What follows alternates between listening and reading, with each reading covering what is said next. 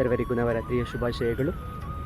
ಪಾರ್ವತಿ ಮಾತೆಯ ಕಠಿಣ ತಪಸ್ಸಿಗೆ ಒಲಿದಂಥ ಮಹಾದೇವ ಸರ್ವ ದೇವಾನುದೇವತೆಗಳ ಇಚ್ಛೆಯಂತೆ ಸಂಪೂರ್ಣ ಬ್ರಹ್ಮಾಂಡ ಇಚ್ಛಿಸಿದಂತೆ ಆದಿಶಕ್ತಿಯನ್ನು ಒಲಿಸೋದಕ್ಕೆ ನಿರ್ಧಾರ ಮಾಡುತ್ತಾರೆ.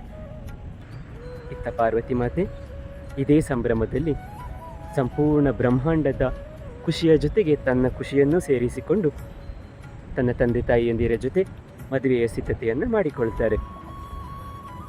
ಹೇಗೆ ಸಿದ್ಧತೆಯನ್ನು ಮಾಡಿಕೊಳ್ತಾರೆ ಅಂದರೆ, ಪಾರ್ವತಿ ಮಾತೆ ಸಂಪೂರ್ಣ ಜಗತ್ತೇ ಇದುವರೆಗೂ ನೋಡಿಲ್ಲ, ಇನ್ನು ಮುಂದೆಯೂ ನೋಡೋದಕ್ಕೆ ಸಾಧ್ಯ ಇಲ್ಲ, ಆ ರೀತಿ ವೈಭವದ ಮದುವೆಯ ಸಿದ್ಧತೆಯನ್ನು ಮಾಡಿಕೊಳ್ತಾರೆ.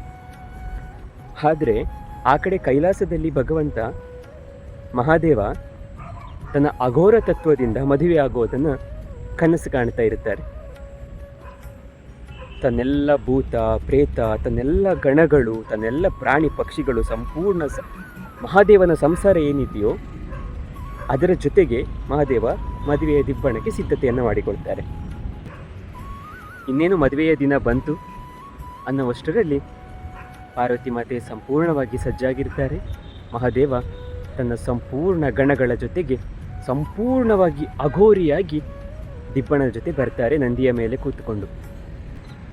ಮಹಾದೇವನ ಈ ಅಘೋರ ರೂಪವನ್ನು ನೋಡಿ, ಜೊತೆಗೆ ಬಂದಿರುವಂಥ ಸಂಪೂರ್ಣವಾದ ದಿಬ್ಬಣವನ್ನು ನೋಡಿ ಪಾರ್ವತಿ ಮಾತೆಯ ತಾಯಿ ಭಯ ಬೀಳ್ತಾರೆ.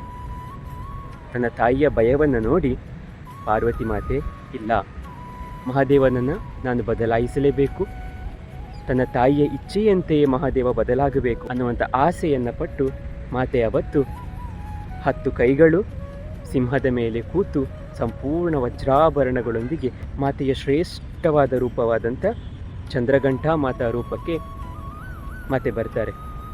ಆ ರೀತಿಯಾಗಿ ಮಹಾದೇವನಿಗೆ ಮಾತೆ ಕಾಣಿಸಿಕೊಂಡಾಗ ಸಂಪೂರ್ಣವಾಗಿ ಶಿವನ ಮನ ಪರಿವರ್ತನೆಯಾಗುತ್ತೆ.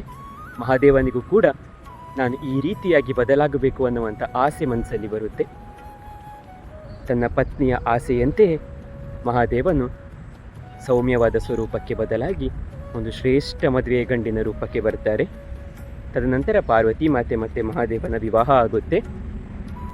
ಮಹಾದೇವನ ಮನ ಪರಿವರ್ತನೆ ಮಾಡಿದಂಥ ಈ ರೂಪಕ್ಕೆ ನವರಾತ್ರಿಯ 3ನೇ ದಿನ ಚಂದ್ರಘಂಟಾ ಮಾತೆಯ ರೂಪವಾಗಿ ಜಗತ್ತು ಪೂಜಿಸ್ತಾ ಬಂದಿದೆ. ಚಂದ್ರಘಂಟಾ ಮಾತಾ ಅಂದರೆ ದುಷ್ಟರ ಸಂಹಾರ ಮಾಡುವಂಥ ಮಾತೆ, ಶಿಷ್ಟರನ್ನು ರಕ್ಷಿಸುವಂಥ ಮಾತೆ. ಈ ಮಾತೆ ಸರ್ವರಿಗೂ ಶುಭವನ್ನು, ಒಳಿತನ್ನು ಉಂಟು ಮಾಡಲಿ. ನನ್ನ ಚಾನಲನ್ನು ಸಬ್ಸ್ಕ್ರೈಬ್ ಮಾಡಿ, ಸಪೋರ್ಟ್ ಮಾಡಿ, ಒಂದು ಚಿಕ್ಕ ಕಮೆಂಟ್ ಮಾಡಿ. Thank you.